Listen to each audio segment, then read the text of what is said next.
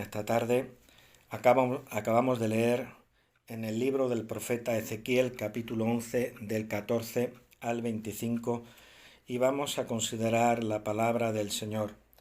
El versículo 14 dice: y vino a mí palabra del Señor diciendo.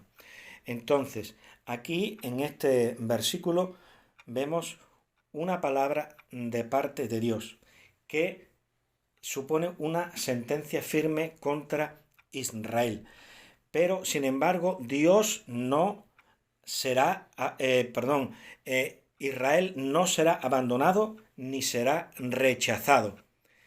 El pueblo de Israel, a pesar de la sentencia que Dios decreta contra él, es un pueblo que no va a ser rechazado, que no va a ser abandonado. ¿Qué nos dice el versículo 15? Hijo de hombre, tus hermanos, los hombres de tu parentesco y toda la casa de Israel, toda ella son aquellos a quienes dijeron los moradores de Jerusalén: alejaos del Señor, a nosotros es dada la tierra en posesión. Entonces, aquí vemos un remanente testimonial, que son los que quedaron en Jerusalén, y es un remanente orgulloso, es un remanente altivo, es un remanente lleno de exclusivismo, puesto que les dice a aquellos que han sido llevados cautivos a las naciones: alejaos de Dios, a nosotros es dada la tierra en posesión, como diciendo: nosotros estamos aquí porque no merecemos ese exilio. Vosotros habéis sido exiliados porque el juicio de Dios sobre vosotros. Entonces, ya apartados de Dios, no tenéis nada que ver con Él. A nosotros es dada la tierra en posesión. Entonces, nosotros como cristianos tenemos que tener compasión de aquellos hermanos que se han alejado, que están siendo tratados por el juicio de Dios. Tenemos que tener misericordia con aquellos hermanos que están apartados y que ya no se congregan con nosotros. Y démonos cuenta cómo dice el versículo 15. Hijo de hombre, tus hermanos, 2 veces lo dice. Entonces, los católicos romanos se creen más antiguos y que tienen una ancestral herencia litúrgica, y por tanto se creen más verdaderos. Pero sin embargo, ellos, los que quedaron en Jerusalén, tenían el templo, tenían la liturgia, tenían los sacrificios, tenían el lugar santo, el lugar santísimo. Allí estaba el arca de la alianza, allí estaba el candelabro, allí estaban los panes de la proposición. Pero sin embargo, les faltaba lo más importante, les faltaba misericordia, les faltaba amor. Entonces, de nada sirve tener liturgia, tener una tradición detrás de nosotros, si estamos lejos de la misericordia de Dios. ¿Por qué? Porque Dios no unge instituciones, sino Dios unge un pueblo humilde, un pueblo que arrepentido tiembla ante la palabra de Dios. Eso es lo que Dios unge. Entonces, nosotros tenemos que ser ese pueblo humilde, ese pueblo sencillo, ese pueblo que tiembla ante la palabra de Dios. Entonces, estos que son así, y no los ritualistas, sacramentalistas, son los que reciben ¿qué? La misericordia de Dios. Entonces, hay un dicho por ahí que dice: no es bueno hacer leña del árbol caído. Pues no hagamos leña del árbol caído, de aquellos hermanos que un día estuvieron con nosotros congregados y ahora andan apartados, andan por ahí sueltos. No sabemos exactamente cómo, pero sin embargo son nuestros hermanos. Entonces no es bondadoso hacer leña del árbol caído. El juicio de Dios era justo para con los israelitas, pero sin embargo, no era un juicio para destrucción. No era un juicio para destrucción, ni mucho menos. La misericordia impulsaba antecediendo el juicio que estaba siendo derramado, porque habían sido llevados cautivos. Ese era el juicio de Dios. Pero sin embargo, la misericordia de Dios iba antecediendo ese juicio, y tras su aplicación, precedía el juicio de Dios. Vamos a leer el versículo 16. Dice: por tanto di, así ha dicho Dios el Señor, aunque los he arrojado lejos entre las naciones y les he esparcido por las tierras, con todo eso les seré por un pequeño santuario en las tierras a donde lleguen. Entonces Dios se revela libremente en cualquier lugar a aquellos que son su pueblo a restaurar. Porque Dios, cuando emite un juicio, es llevado de la misericordia, buscando la restauración del pecador. Entonces, aquí nos dice: los hombres de tu parentesco. Dice, hermanos queridos, en el versículo 15 dice: hijo de hombre, tus hermanos, los hombres de tu parentesco. Y la palabra hebrea que se usa ahí es la palabra goel, que significa pariente. Pues bien, si vamos a Levítico 25,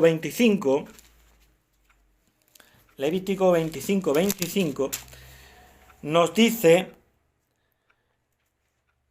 gloria al Señor, vamos a tener paciencia con quien no tiene el texto. Nos dice la palabra: cuando tu hermano empobreciere y vendiere algo de su posesión, entonces su pariente más próximo vendrá y rescatará lo que su hermano hubiere vendido.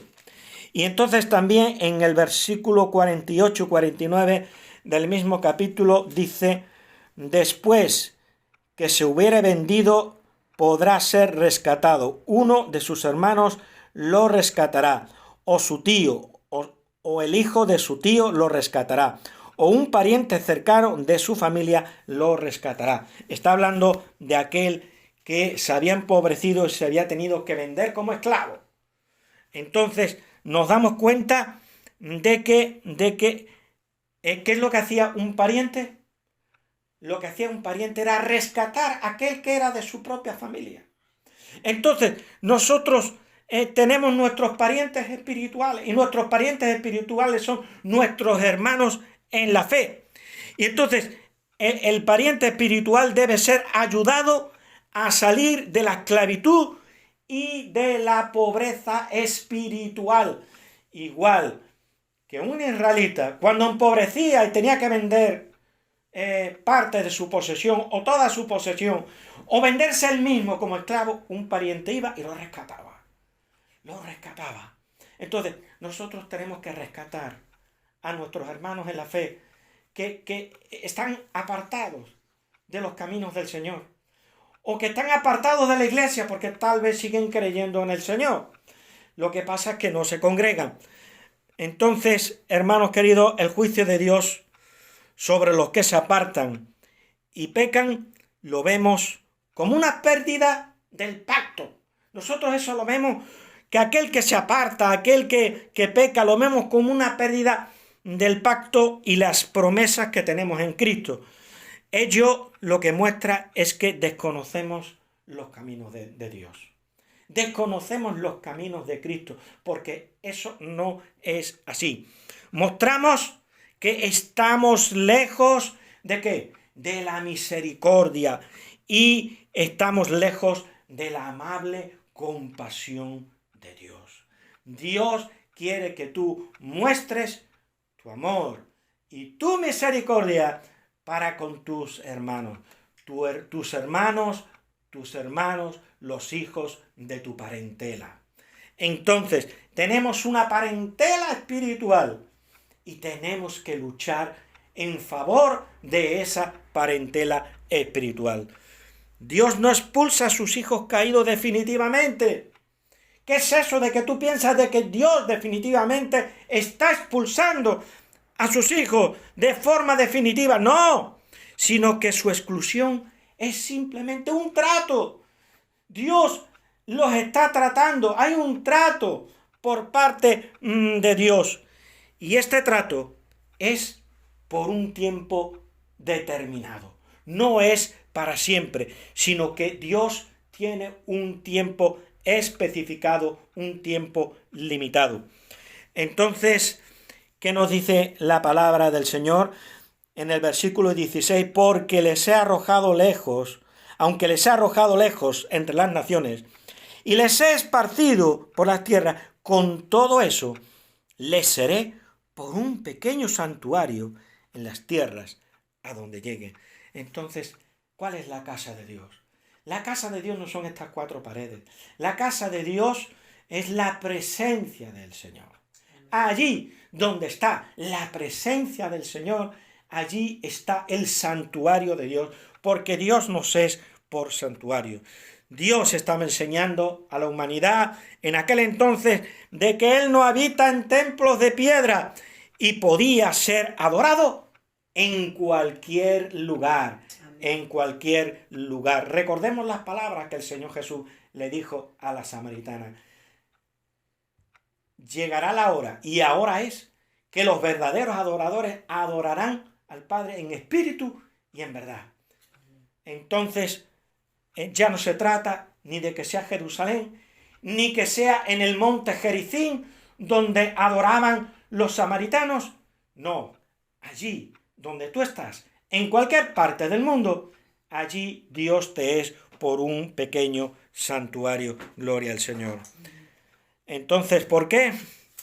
Porque Dios es su propio templo. Dios es su propio templo. Gloria al Señor. Dios no abandona a sus hijos. Dios no abandona a sus hijos caídos. Les envió un profeta. Les envió a Ezequiel. Y tú y yo somos llamados para dar palabra al caído en el nombre del Señor. Que dice 2 de Corintios, capítulo 2, versículos 6 y 8.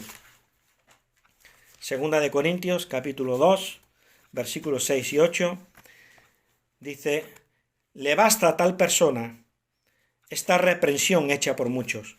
Así que, al contrario, vosotros más bien debéis perdonarle y consolarle, para que no sea consumido de demasiada tristeza. Por lo cual os ruego que confirméis el amor para con él. Nos damos cuenta de la gran diferencia que había entre aquellos que habían quedado en Jerusalén. Oye, mira, alejaos de Dios, a nosotros es dada la tierra en posesión. No, pues muchas veces nosotros en las iglesias tomamos esa actitud legalista, esa actitud de soberbia y de altivez espiritual, que nos parece que estamos por encima de aquellos que ya no se congregan con nosotros. Pero ¿qué es lo que tenemos nosotros que hacer? Lo que hemos leído aquí en 2 de Corintios, capítulo 2, dice, le basta a tal persona esta reprensión hecha por muchos. Así que, al contrario, vosotros más bien debéis perdonarle y consolarle, para que no sea consumido de demasiada tristeza, por lo cual os ruego que confirméis el amor para con él. Gloria al Señor. ¿Qué dice el versículo 17? Di por tanto, así ha dicho Dios el Señor, yo os recogeré de los pueblos y os congregaré de las tierras en las cuales estáis esparcidos, y os daré la tierra de Israel. Entonces, aquí, ¿qué es lo que vemos? Vemos una promesa de restauración. Es lo que estamos viendo en este versículo. Una promesa de restauración para sus hijos y restitución de sus bendiciones. Hay dos palabras, dos verbos que llaman la atención aquí. Dice, os recogeré. Y dice, os congregaré. ¿Para quiénes? ¿Para quiénes son estas promesas? Los que muestran una reacción positiva a la palabra del profeta, a la palabra que tú le das a ellos también. ¿Y cuál es la palabra que tú le das a ellos? Unas palabras de consuelo, unas palabras de amor, como hemos leído en 2 de Corintios, capítulo 2, versículos del 6 al 8. Vamos a leer el versículo 18. Dice, y volverán allá, y quitarán de ella todas sus idolatrías y todas sus abominaciones. Entonces, ¿por qué reaccionan así? Porque son verdaderamente sus hijos. Han nacido de nuevo. ¿Qué dice el versículo 19 y 20? Dice, y les daré un corazón, y un espíritu nuevo pondré dentro de ellos, y quitaré el corazón de piedra de en medio de su carne, y les daré un corazón de carne, para que anden en mis ordenanzas, y guarden mis decretos, y los cumplan, y me sean por pueblo, y yo sea a ellos por Dios. Entonces, ¿por qué, sin embargo, hay otros que no vuelven nunca? Porque estaban con nosotros, pero no eran de nosotros. En cambio, aquel que está apartado y al que tú vas a animarlo, a darle una palabra de misericordia y de amor, entonces esa persona, más pronto que tarde, reaccionará y volverá a congregarse. Pero si no lo hace, es que realmente no conoció nunca al Señor. ¿Qué dice el versículo 21? Mas aquellos cuyo corazón anda tras el deseo de sus idolatrías y de sus abominaciones, yo traigo su camino sobre sus propias cabezas, dice Dios el Señor. Estos son los que no vuelven. Estos son los que no vuelven. Los que estaban con nosotros, pero no eran de nosotros. Entonces, hermanos, ¿qué dice el versículo 22? Dice, después alzaron los querubines sus alas y las ruedas en pos de ellos, y la gloria del Dios de Israel estaba sobre ellos. ¿Qué son los querubines? Aquí está hablando de unos seres a los cuales se les nombra como querubines. ¿Y qué eran los querubines? Pues eran un tipo de ángel. Los querubines eran ángeles. Y entonces, ¿qué quiere decir la palabra querubín? La palabra querubín en hebreo significa próximo. Un ángel próximo. Démonos cuenta que aquí se nos habla de que tenían alas, lo cual nos habla de rapidez y también de ruedas. Es decir, cuando algo va bien, dice esto marcha sobre ruedas. Pues bien, las ruedas están significando una misión bien hecha. Una misión bien hecha. Que nuestro mover sea de Dios. Es decir, ¿cómo es Dios? Dios no tiene ni principio ni fin. Es como un círculo, que no tiene ni principio ni fin. ¿Y cómo es una rueda? Circular. Entonces, que nuestro mover sea de Dios, que no tiene principio ni fin, que siempre estemos dispuestos. ¿Y qué nos dice la palabra? Y la gloria del Dios de Israel estaba sobre ellos. ¿Qué significa esto? Que Dios es supremo y superior a cualquier criatura creada. Dios está sobre todo, aún sobre los ángeles querubines, y la gloria es solo suya. ¿Qué son los querubines? Los querubines son cuidadores y protectores de la gloria de Dios. Están próximos a la gloria de Dios. Eso es lo que significa querubín. Pues bien, recordemos que Satanás era un querubín. Y la escritura lo llama querubín protector. Querubín protector. Entonces, en lugar de guardar la gloria de Dios, la deseó para sí. Que salga de nuestra vida todo orgullo, toda vanagloria, todo deseo de que la gloria vaya a nosotros y demos solo la gloria al Señor. ¿Qué nos dice el versículo 23? Y la gloria del Señor se elevó de en medio de la ciudad y se puso sobre el monte que está al oriente de la ciudad. Cuando la altivez llena de exclusivismo nuestro corazón, como el caso de los habitantes de Jerusalén, la gloria de Dios deja la iglesia. Como la gloria de Dios dejó a los habitantes de Jerusalén. Alejaos de Dios, a nosotros es dada la tierra en posesión, esto es nuestro. Cuando el juicio de Dios ha caído sobre vosotros y habéis sido llevados cautivos, es que lo merecíais muy bien. Ya merecéis el juicio de Dios. No, ¿qué es lo que pasa cuando la iglesia toma esa misma actitud? Que la gloria de Dios deja la iglesia. La iglesia se vuelve mortecina. La iglesia empieza a oler a muerto. La iglesia se vuelve mortecina. Y no podemos caer en esa autosuficiencia, en esa altivez, en ese orgullo, en esa prepotencia, en ese afán de juzgar al hermano que está apartado, que está caído, y que tú, como el profeta, tienes el deber de ir a llevarle una palabra de misericordia, una palabra de ánimo y extenderle tu ayuda. Entonces, cuando la altivez llena de exclusivismo nuestro corazón, como era el caso de los habitantes de Jerusalén, la gloria de Dios deja la iglesia. Dios manifiesta su gloria donde quiere, en un monte donde no vive nadie o casi nadie, un monte al oriente de la ciudad. Dios aleja su gloria, pero siempre queda cerca. ¿Qué nos dice? Y luego dice el versículo 23, y la gloria del Señor se elevó de en medio de la ciudad y se puso sobre el monte que está al oriente de la ciudad. Se puso cerca de un monte que estaba cerca de la ciudad.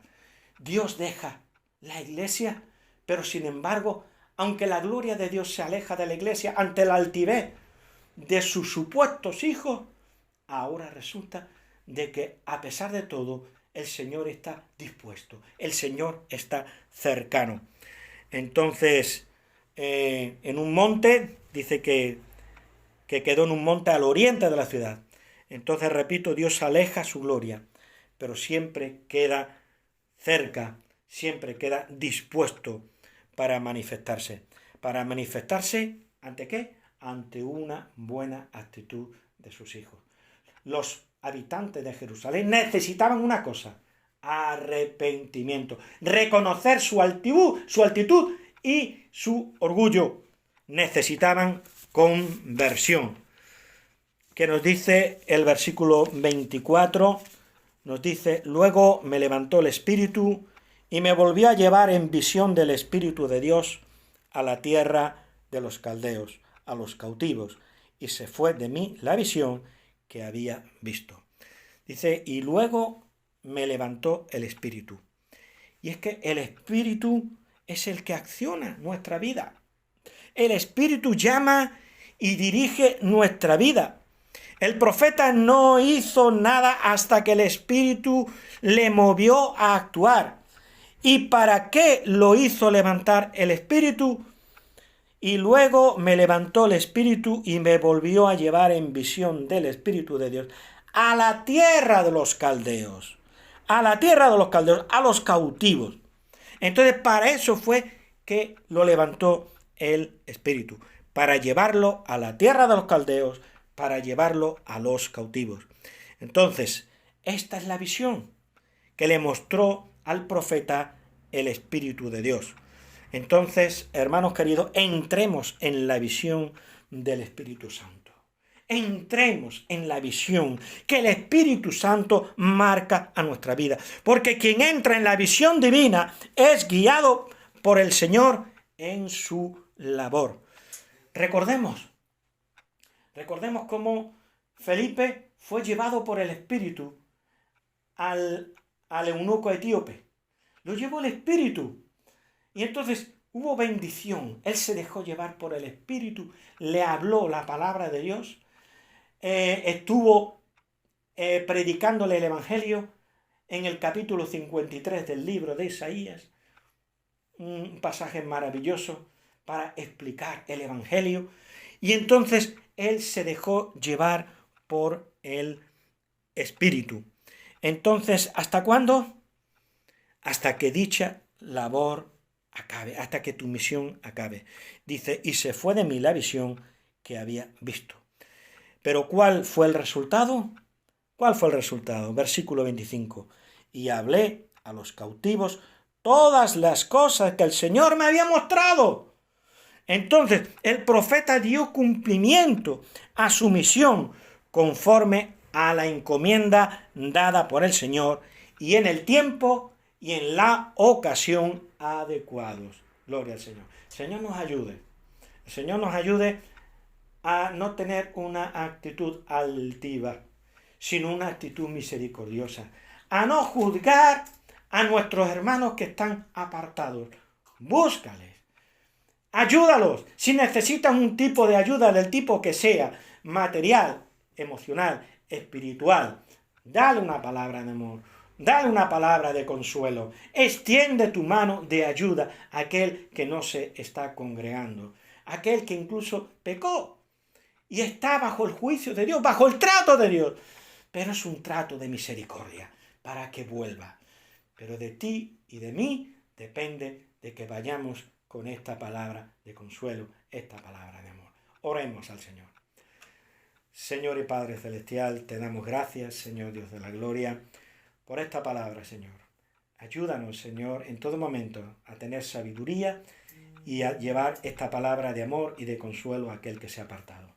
Gracias, Señor, en el nombre de Cristo Jesús te lo pedimos y te damos las gracias. Amén. Amén, Señor.